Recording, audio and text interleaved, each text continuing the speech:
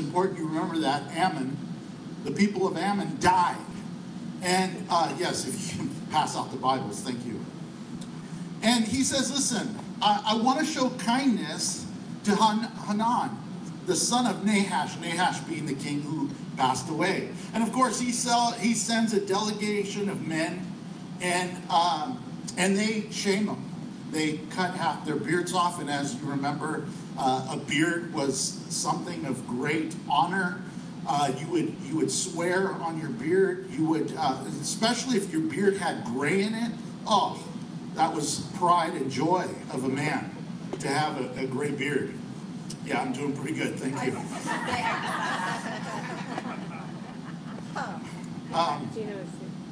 I'm not growing out long. Sorry.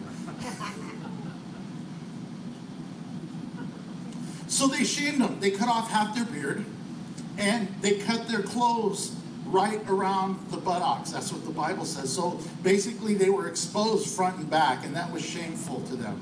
And they would have to go back. And so they didn't go back to Jerusalem, to where David was. Instead, they stopped in Jericho.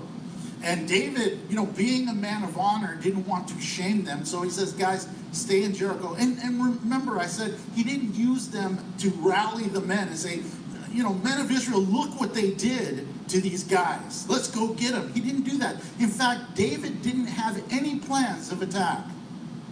But then Hadadezer, the Ammonite, figured, we messed up. We shouldn't have done that. David's going to retaliate. But there's no mention of David having the intent to retaliate. So they went and they sought some Syrian mercenaries, some hitmen, some bad dudes. And they rallied them up. And of course, we see that David is constantly responding in the spirit instead of reacting in the flesh. You and I, we want to be careful not to react in the flesh, but to respond in the spirit. David responded in the spirit where he wanted to show love, covering the shame of the men. And then, of course, depending and defending God's people, but depending on God as to when and whether he should attack. And of course, Israel, without even breaking a sweat, won the victory. So what happens is all the other people hear about how David had these victories, and they decide, you know what, we better not mess with Israel. So Israel becomes a superpower, undefeatable, and they're sitting comfortable, and now David will fall into the reaction of the flesh. He's been responding in the spirit, but here comes the chapter I wish wasn't in the Bible. Now remember, Galatians chapter 6, verse 8 through 7 says this: do not be deceived. God is not mocked. Whatever a man sows, that he will reap. If he sows to the flesh, he will reap corruption. If he sows to the spirit, he will reap everlasting life. And by the way, folks, the law of sowing and reaping, in other words, if you do things, sinful things, that you're going to reap consequences. If you do godly things, the good thing is you'll reap consequences of that as well. That law is more sure than gravity. You can count on it, you can bank on it. Some people say, oh, it's karma, what goes around. Get the karma stuff out of my face. It's biblical, folks. And David has been sowing. He's been sowing and sowing. More than often, he's been sowing things to God. And that's why, by the way, and then when he sowed to the flesh, he would repent with all his heart. That's what made him a man after God's own heart, was the fact that he would repent with everything that was in him.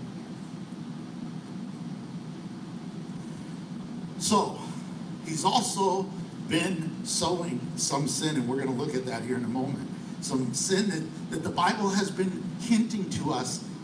This is going to come around. It's going to bite him. It's going to bite him. It's going to bite him.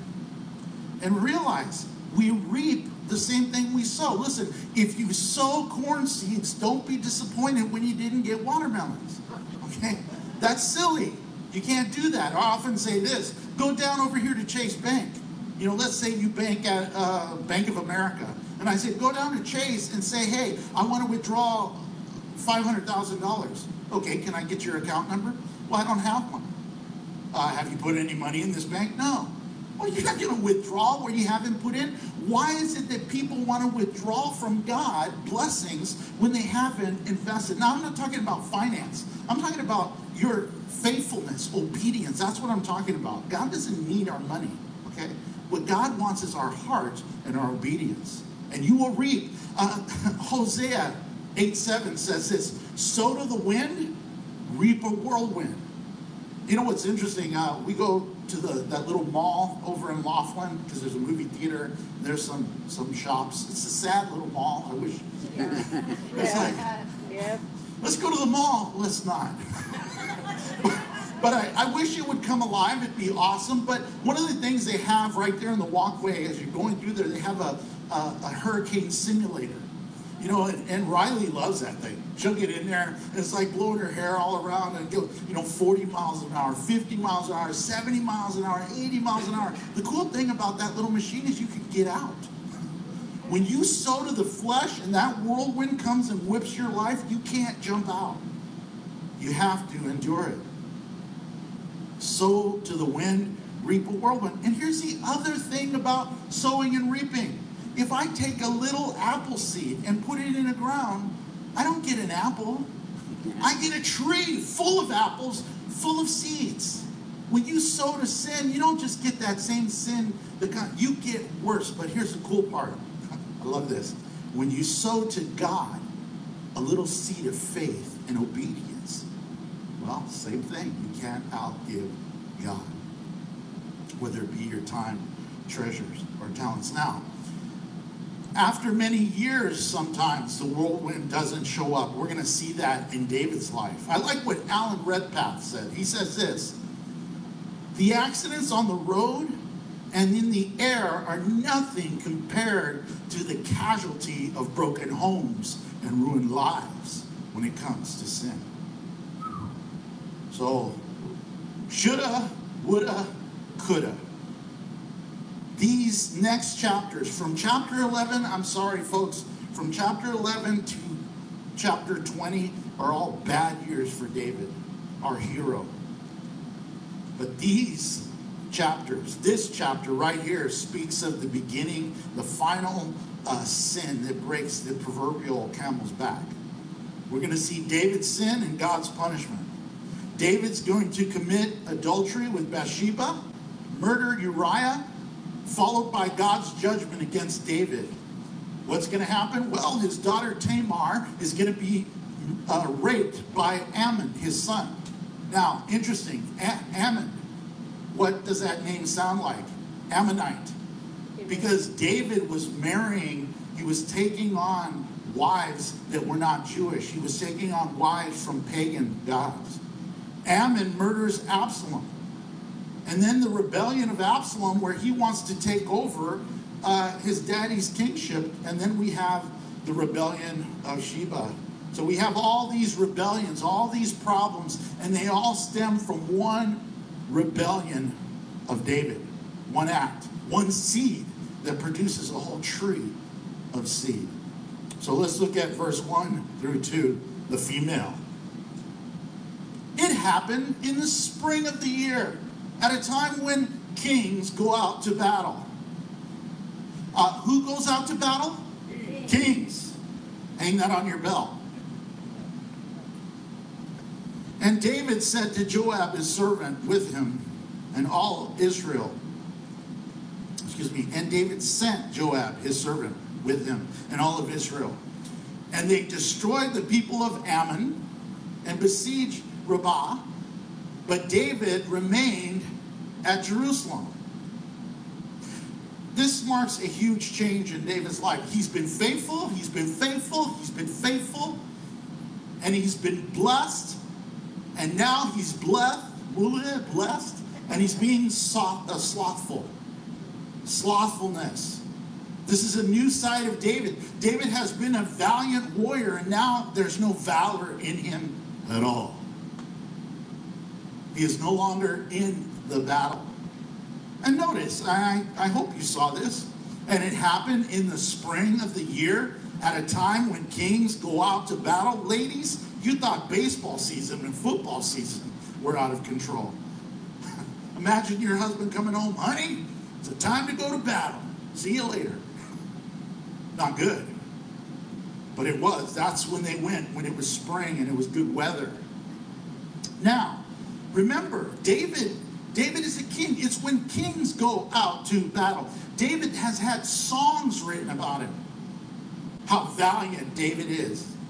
And how he's been valiant for God and for God's people and God's honor. It is dangerous, folks. Listen to me, Christian. Listen to me. It is dangerous when Christians drop their guard. It is deadly to drop your armor. In Ephesians, it says, put on the whole armor. It never says, oh yeah, and then take it off and relax and kick back. Never tells us to take off the armor. We're always to be in a constant state of putting on the armor. Why? Because the enemy is relentless. The enemy doesn't go, oh, you're taking a break. Good, I'll come back later. No, when you're relaxed, that's when the devil attacks the most. We see that in war. At wartime, they often want to catch the enemy by surprise. When they are relaxed, they'll attack during a holiday or at night when they're sleeping. Christian, don't fall asleep in the watch. Put on the whole armor. The other thing is, David, he's had many victories. Perhaps he's living in past victories. David has had lots of battles, lots of victory. And hey, his men are well trained. They don't need me. I can just kick back. Satan loves to give us the comfortable path, for us to take the easy path. One of Satan's favorite temptations, you know what one of Satan's favorite temptations is? The easy life. To give you the easy path. Oh, I don't want to do that. That's going to take effort. Yeah. Isn't that what Satan tried to do with Jesus over in Matthew chapter 4? Right? Jesus had been fasting and praying, and Satan came to Jesus and he says, hey, turn the bread. You're hungry. You got big hungies? Jesus says, uh-huh. So then turn these stones into bread so you can eat. You're God.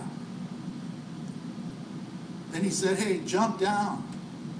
God will send some angels too. Your Father will send some angels to catch you.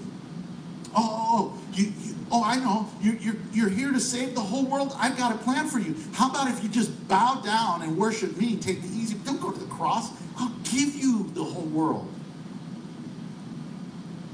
Satan always wants to give you and me the easy way out. And you know what our flesh likes? The easy way.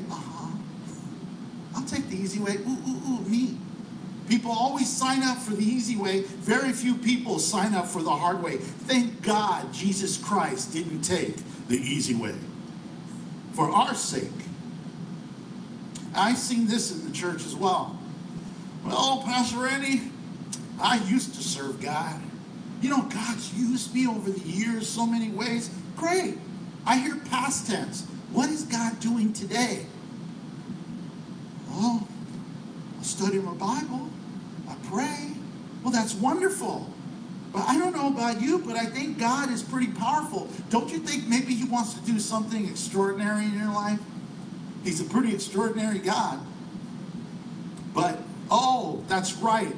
Experiencing the extraordinary is going to mean you're going to have to pick up your cross.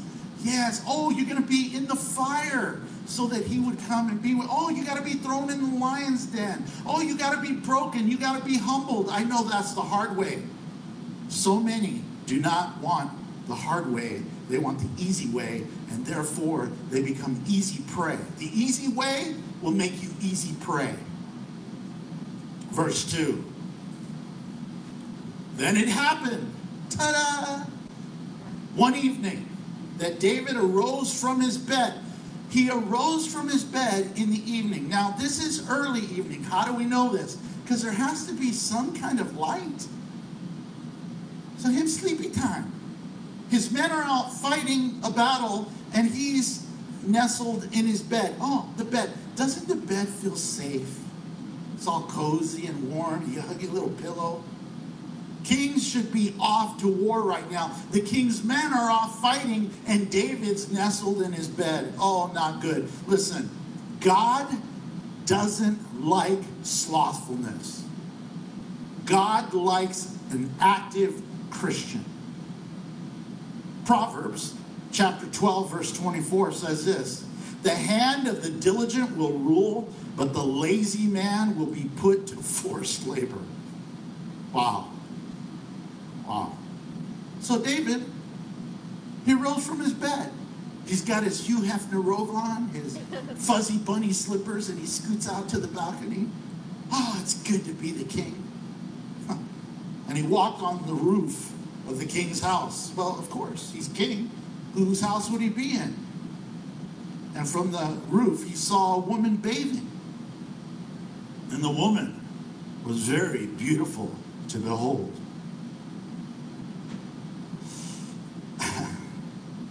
From a comfortable position is where we fall.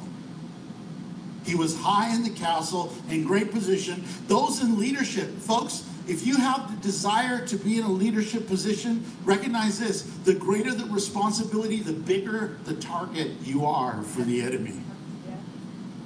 Those in leadership are special targets of Satan. Because if he can take out one leader, he's actually taking out a multitude under them, depending on the size of the ministry. The roof of the king's house. Who's walking on the roof of the king's house? The king, David. Because he's king, he has high position. Leadership can be very dangerous. When you are a leadership, you are a target, and realize this: the greater the position, the greater the fall. And we've seen that over the years. And it's easy. Listen, if David is a man after God's own heart, there isn't one of you who is immune to sin, me included. Side note, question: why is she outside bathing on the roof of her house in the evening? She knows there's a huge castle. There's a king who lives up there. And look at this. And look what it says. And the woman was beautiful to behold. Very beautiful. Listen, do you think God knows what beauty is?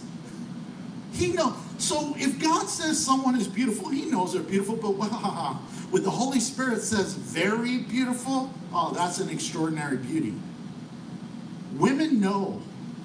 When there is a very beautiful woman, don't tell me she doesn't know she's very beautiful. She's heard it her whole life. She's noticed the response of people when she comes into their presence. So here she is. She knows she's a hottie. She's on the roof bathing.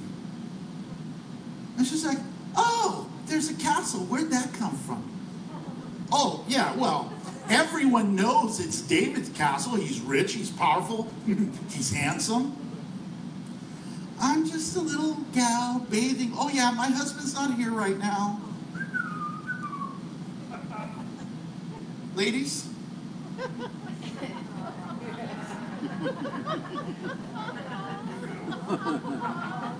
Close the curtains.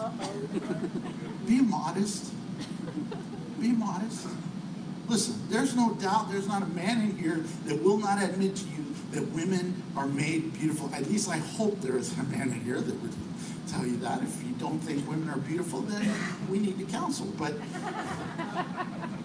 you're beautiful. God made you that way. God made you so that men would go, wow, whoa, man, whoa, man.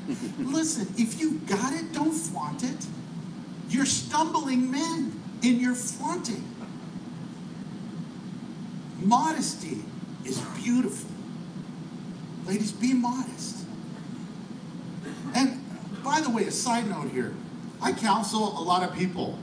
People who are going to get married, people who are married, people who are single.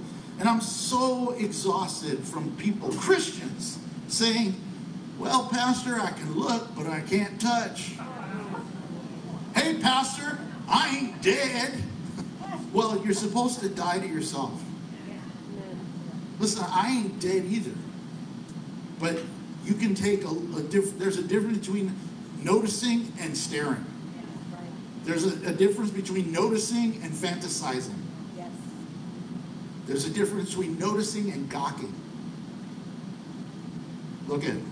A look becomes a thought becomes an action becomes a lifestyle, and a lifestyle can lead you right down the path of destruction. So dangerous. So dangerous. By the way, we must realize something about David. What is that? He didn't just fall into sin.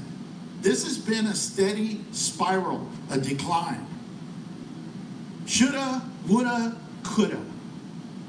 He should have not been at home. If he would have been in the battle, then he could have avoided all the rest of the chapters in this book written about him. Now let's come to the flesh. Verse 3. So David sent and inquired about the woman. David says, wow, me want some.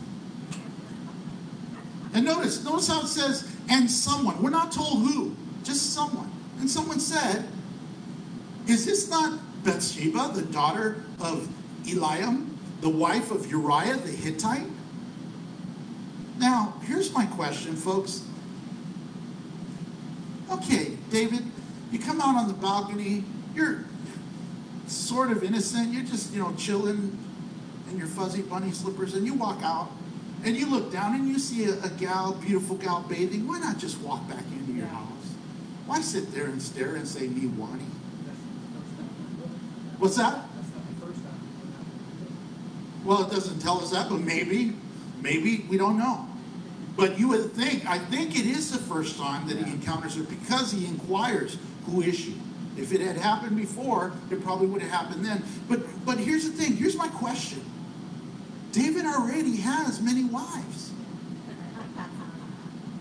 Why didn't he have one in the room with him if he was feeling that whatever?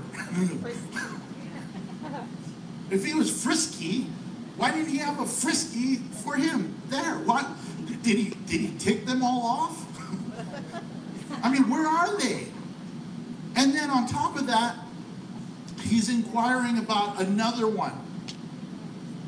Now, who is this Uriah? Uriah is one of his mighty men.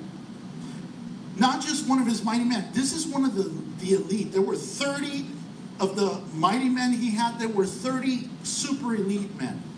Now, this was a very tight-knit group. And if you know anything about men who have been off to battle, men who have been off to battle, there's this union of having faced death, having watched each other's back in the heat of battle, that makes their relationship even more special. So this is one of his mighty men, one of his closest friends who have gone to battle, his brother in arms. It's his wife. And her dad, Eliam, another one of his mighty men. So here's his mighty men and another mighty man. He sees Uriah, man of honor. He says, of course you can have my daughter in marriage. We have gone to war together. There's honor there. And by the way, guess who Bathsheba's grandfather is? Ahithophel. Try and say that 3 times. He's one of David's counselors, one of David's wise men. So her grandfather is one of David's wise men. Her dad's one of David's mighty men. And her husband's one of the elite, really close men of David. David is about to burn bridges, and he doesn't care. By the way, Uriah, remember he's a Hittite? But you know what his name means? The Lord is my light. Obviously, he's converted from being a Hittite, he's converted to Judaism, and he's taken on a Jewish name that proclaims that the Lord is my light, and he is a godly man. He has followed in David's footsteps. David has led him in a path of godliness. Oh, gosh, it gets worse. Hang on to your belts, folks. Verse 4. Then David sent a messenger and took her, and she came to him, and he lay with her. What's going through his mind? Listen, to commit adultery at this time is to be put to death. His friendships, he's burning them. He's burning these bridges. For what? Momentary pleasure, because she is super hot. Wow. David has become comfortable with sex. Sex with many women. So what's one more? What's one more? Oh yeah, she's married. Hey, that even adds to the excitement. How sad. How sad. You know, I've known men who will not get involved with a woman unless she is married, because it adds excitement and there's no strings attached in their mind. How sad to have a broken heart like that, a broken mind like that. But notice what we don't read here. Folks, notice what we don't read. We don't read that Bathsheba said, "No, my king, I am a married woman. This is wrong what we do. My husband is one of your mighty men." We don't read of any objection from her. What does that mean? I don't know. I don't want to over-speculate. But I gotta say, there's a reason why. There has to be a reason why that is missing from the text. And we'll explore that a little bit more later. Look, notice it goes on, it says, "For she was cleansed from her impurity, and she returned to her house." Now, some commentators will say that she cleansed herself after having sex with David. But I do not believe this. She was is past tense. I believe that was prior to her being involved with David. Also, this would mean that she had just recently had her menstrual cycle, and in Jewish law, under God, you would go through this cleansing ceremony. So I believe this is referring to the fact that she went through the cleansing ceremony. She is a person who follows God. She is a religious woman. Why wouldn't she be? She's married to a Hittite that believes that the Lord is his light. Wow.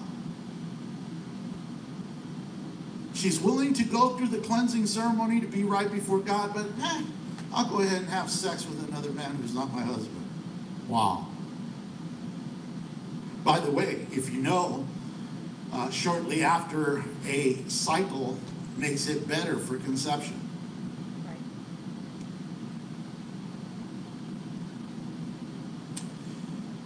You know who else she is?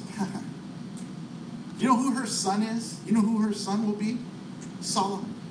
Solomon.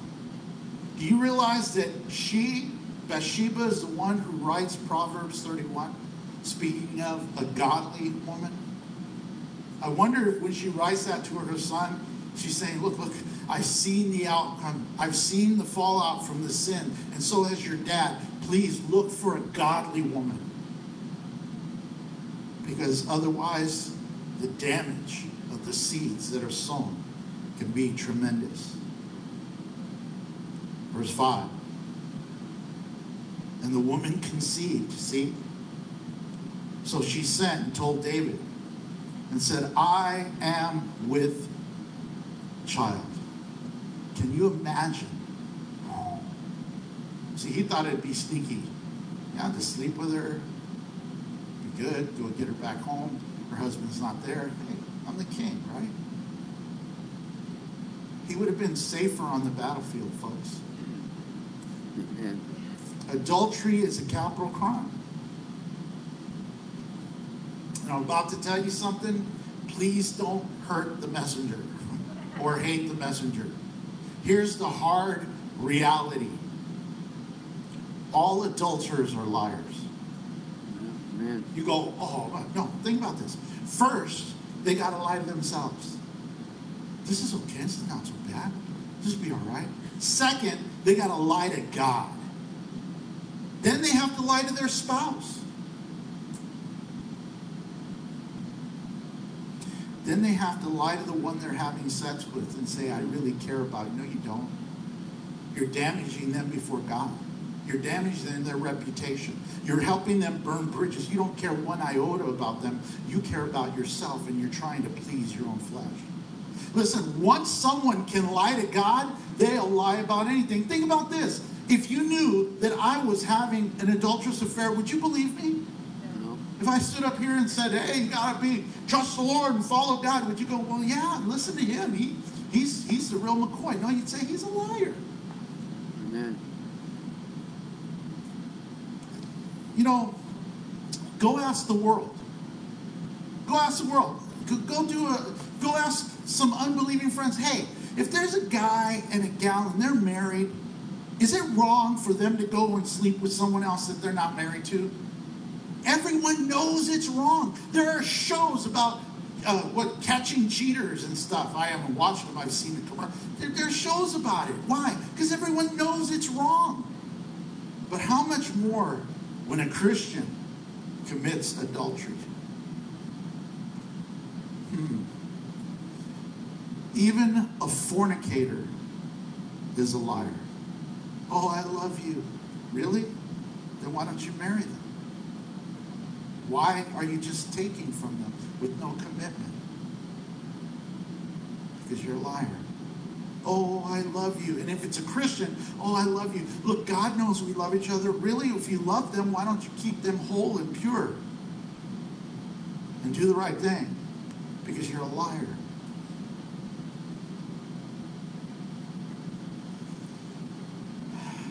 When you know someone has lied to God, lied to themselves, lied to their spouse, it makes it hard to trust anything that comes out of their mouth. It really does. And so here David became an adulterer. And watch the lies begin to flow. Let's look at the faithful in verse 6 through 13. And David sent to Joab, saying, send me Uriah the Hittite. And Joab sent to Uriah to David. David is, God bless you. David is being very Jacob here. He's a conniver. He's trying to scheme and plot and plan. Verse 7. And when Uriah had come to him, David asked him how Joab was doing. Now, who did he send? He sent Joab. Go get him. When he said, oh, yeah, hey, how's Joab? I don't know. You sent him to get me. Why didn't you ask him? How are the people? How the people were doing and how the war was prospered. How the war prospered. Listen, you know what he's doing? He's lying. David doesn't care about the war. If he cared about the war, he would be in the war. It's a time when kings go to war. He's a liar. He's a bold-faced liar. Before Uriah, he should have said, Uriah, have mercy on me. I've done something horrible. You are my friend. You're my buddy. I've sinned horribly. Instead, he's like, hey, how you doing? Shoulda, woulda, coulda. Verse 8. And David said to Uriah, hey, go down to your house and wash your feet. I read that and I said, thank God I'm not the only one who has to wash his feet. No, what he's saying is, go home, bro. Hey, how's Joab? How's the war? Boy, it's been hard out there, hasn't it? Why don't you, just come home. Go home, wash your feet, kick back, relax, have sex with your wife, She's very beautiful, I know. Now, I make light of this because it's such a heavy subject. He's not saying, go wash your feet because I can smell them from here. He's saying, go home and relax, dude. Get comfortable. So Uriah departed from the king's house, and a gift of food from the king followed him. Actually, David gave Uriah, in the Hebrew, we're told that David gave Uriah some meat. Wow. That's just adding insult to injury. You commit adultery, and then you're like, hey, buddy, how you doing with the guy's wife? How low has David...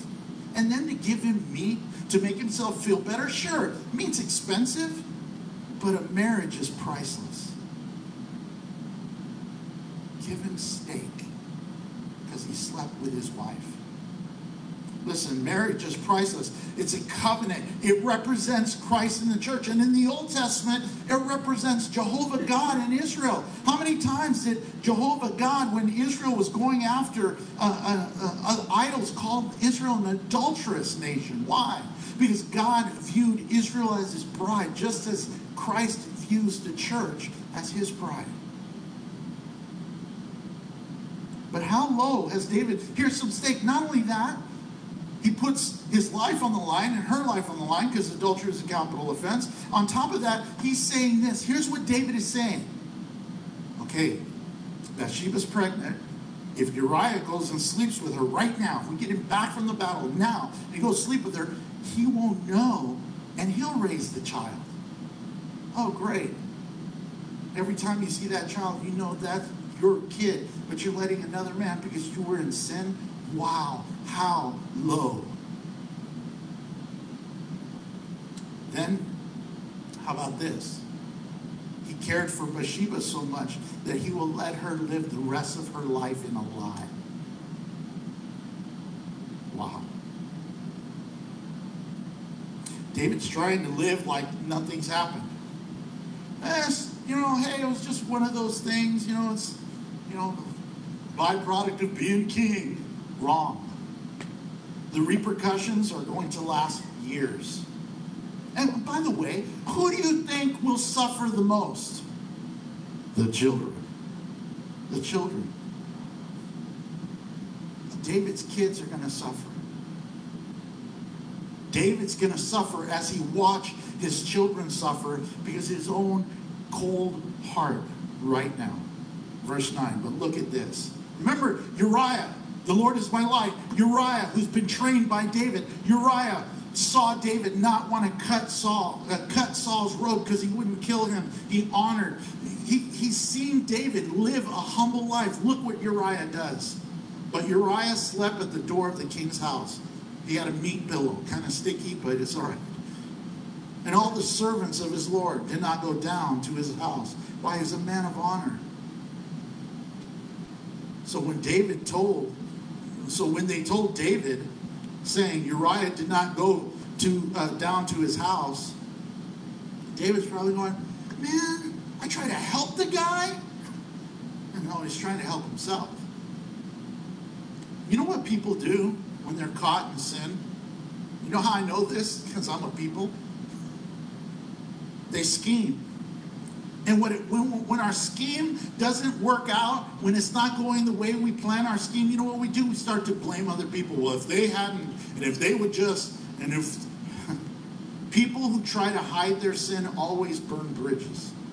Always burn bridges. And David said to Uriah, did you not come from a journey? Why did you not go down to your house?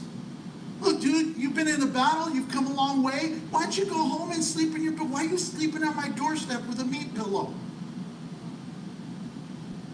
You have a beautiful wife waiting for you at home, and it needs to look like you got her pregnant, not me. Get down there. Now, you realize every time David calls for Uriah, he says, the Lord is my light. Why didn't you go home? The Lord is my light. Here's some meat. The Lord is my light. The Lord is my light. I slept with your wife. Can you imagine how convicting that is? Say his name each time. Go get the Lord is my light. Wow. You got to know that David is saying, shoulda, woulda, coulda. Verse 11. And Uriah said to David, oh, look at this. Look at this heart. The ark and Israel and Judah are dwelling in tents. If that wasn't a knife to David's heart, why? Because that's just like David. David said this, I dwell in a house of cedar and the ark of God dwells in a tent. He put God first. He's like, yeah, I can't be sleeping in my house while the ark of God is in the tent. And here, Uriah takes it one, he goes, the ark's in a tent, Israel's in a tent, Judah in a tent. Judah, your own people, they're out there fighting a battle and they're sleeping in tents. I am not going to go home to my bed and be comfortable when my men are in battle. Wow. What a faithful, godly man. My lord Joab and the servants of my lord are encamped in open fields. Shall I then go to my house and eat and drink and lie with my wife? As you live and as your soul lives, I will not do this thing. David, I belong at the battle. I came back because you're my king and you've called me here from the battle, but I am not going to be comfortable when my men are fighting. That should be David. He's the king. This is a time when kings go off to war. But David has gotten slothful.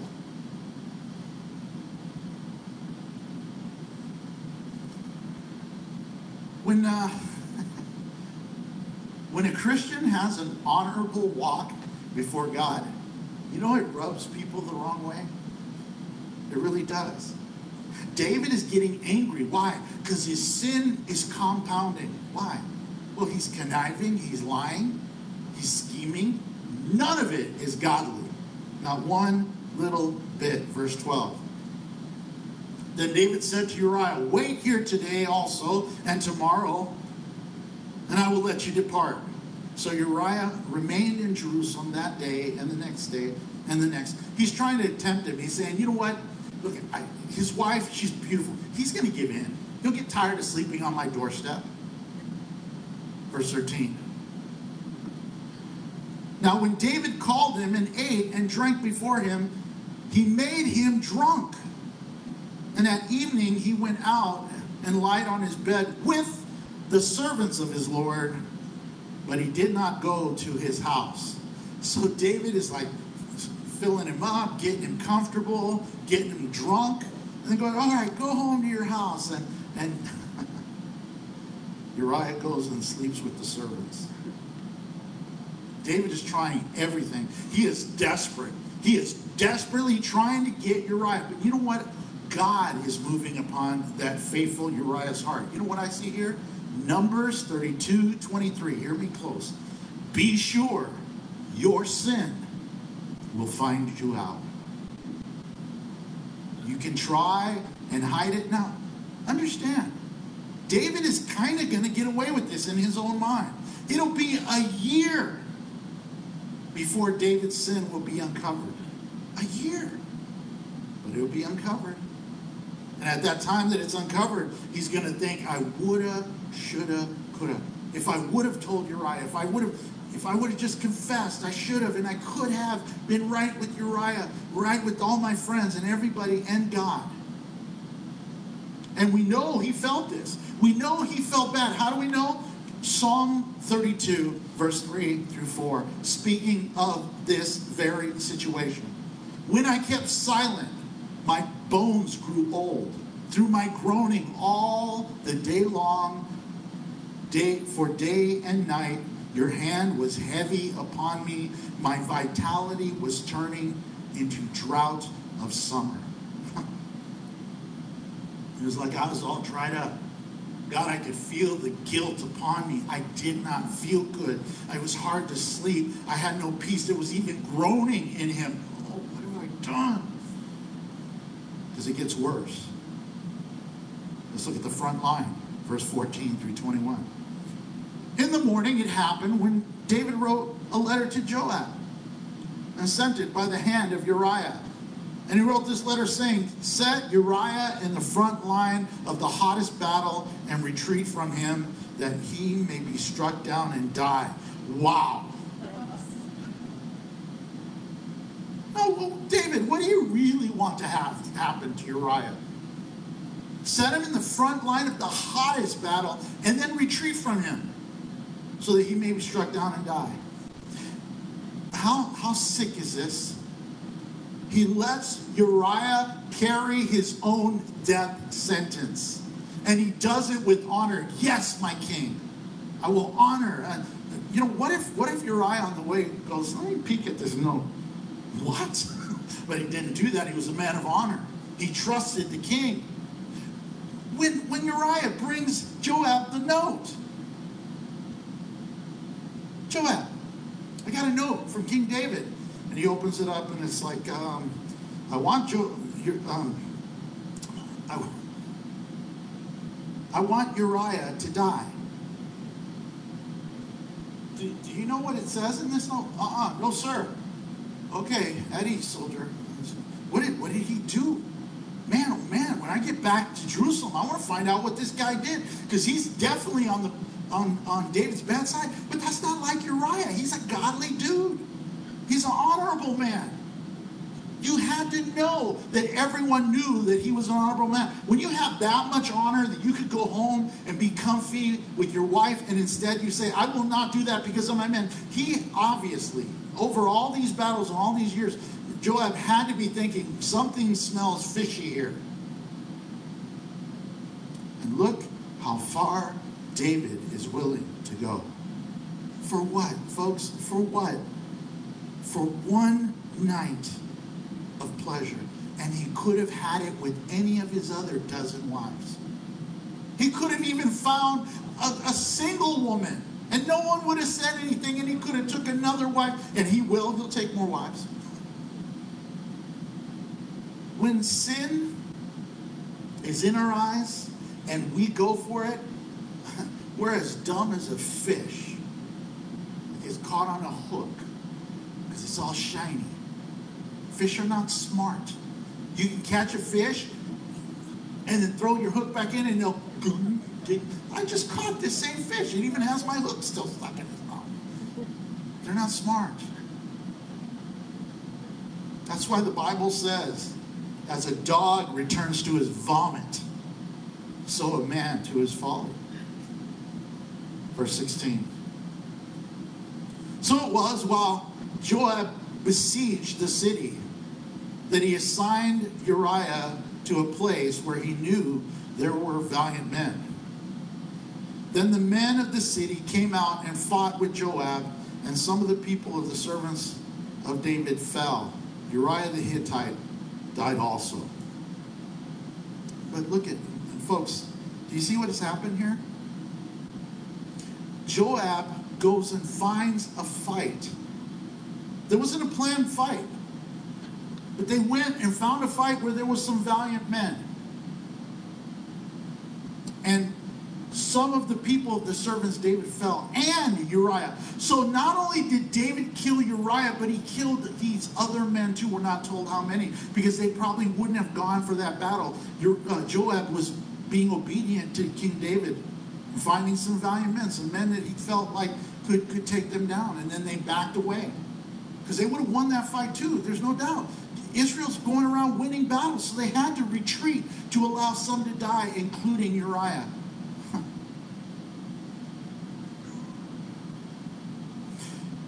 When we sin, we often don't think about what are the long-term effects. We only think of the momentary gratification. You know, the person goes out and they get intoxicated, they get behind the wheel, and then there's a manslaughter case because they lost control while under the influence. Man or woman goes and commits adultery, and now you've got kids in a broken home. And the effect of that, the ramification, are incredible. Or someone begins to use drugs, and the drug becomes the power over them, and they give everything for that drug. Even their marriage, their life, their career, their finances. And that's oftentimes, a lot of the homeless people, I've gone to homeless shelters, a lot of them are there because of drugs and alcohol, because of sin. What the problem is with you and I, with us as sinners, is we only see the right now. We only see what's in front of us, the tangible, what we like. And what we don't see is that God's plan for us is not for us to be harmed or to be hurt or for us to hurt anyone else, but for us to be blessed. By what? By planting seeds to the Spirit instead of seeds to the flesh. Verse 18. And Joab sent and told David all the things concerning the war, and charged the messengers, saying, when you have finished telling the matters of the war to the king, and if it happens that the king's wrath rises, and he says to you, why did you approach so near to the city when you fought? Did you not know that they would shoot from the wall? Who struck Abimelech, the son of that guy? Was it not a woman who cast a piece of millstone on him from the wall so that he died in Thebes? Why did you go near the wall? Then you shall say, your servant Uriah the Hittite is dead also.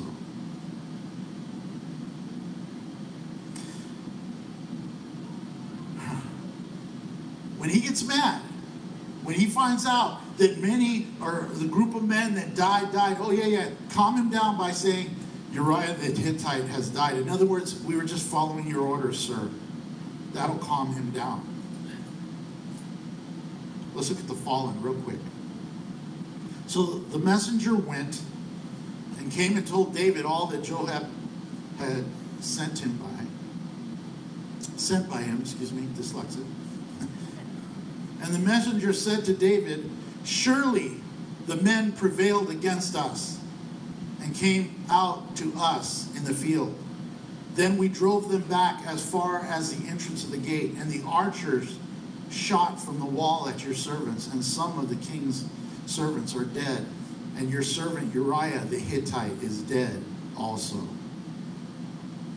That should have grieved David's heart, but you know at that moment inside of him there was probably a tingling, free, I'm free, I did it. I've gotten away with this.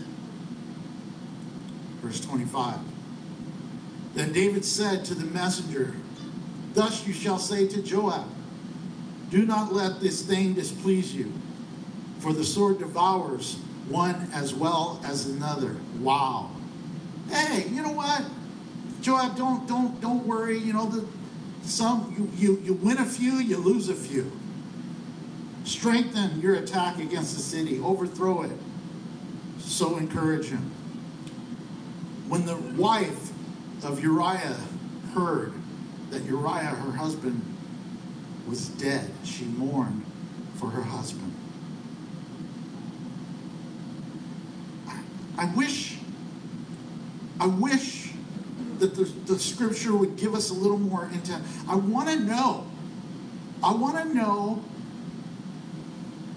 if she's feeling any of the guilt. Because she could have said no. She would have. She could have. She should have. Should have, could have, would have. Verse 27. When her mourning was over, David sent and brought her to his house, and she became his wife and bore a son.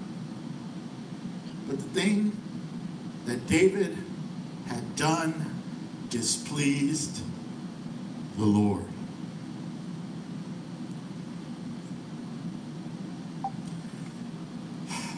It's hard to make things right.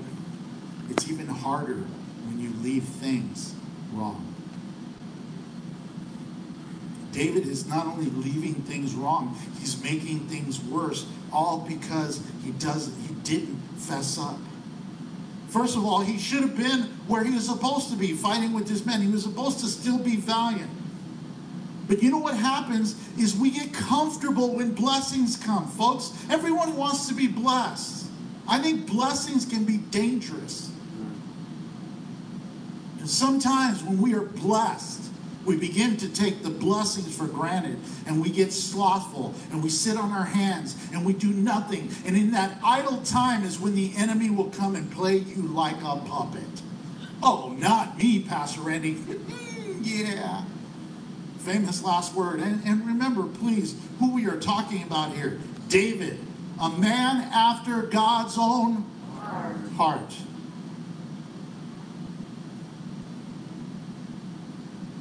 We can fall. Be careful. Be prayerful. Keep your eyes on Christ and turn away from sin. Or else you're going to know this. You plant the seed to sin, a tree is coming. I pray that none of us will be caught saying shoulda, woulda, coulda. Let's pray. Father, we thank you for your word. We thank you for your truth. We thank you for your Spirit that convicts us, that guides us, that'll strengthen us. And Father, I pray tonight that we would relinquish any temptation in our eyes, in our mind, in our heart, in our actions.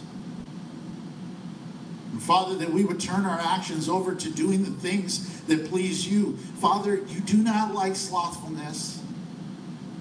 For idle time is the devil's playground, and we see that screaming through these pages, through this chapter, in the life of David, a once godly man. And again, is going to continue to be godly, but definitely short-circuited in a great, great way. And the fallout, those who suffer from this, Lord, is just immense. God, please, keep me on a short leash, Lord. We are all susceptible. We are all weak. We are all human. But we all have your Spirit. So Holy Spirit, take over and guide us. Lord, we love you. We praise you. We honor you. In the precious name of our Lord and Savior, Jesus Christ.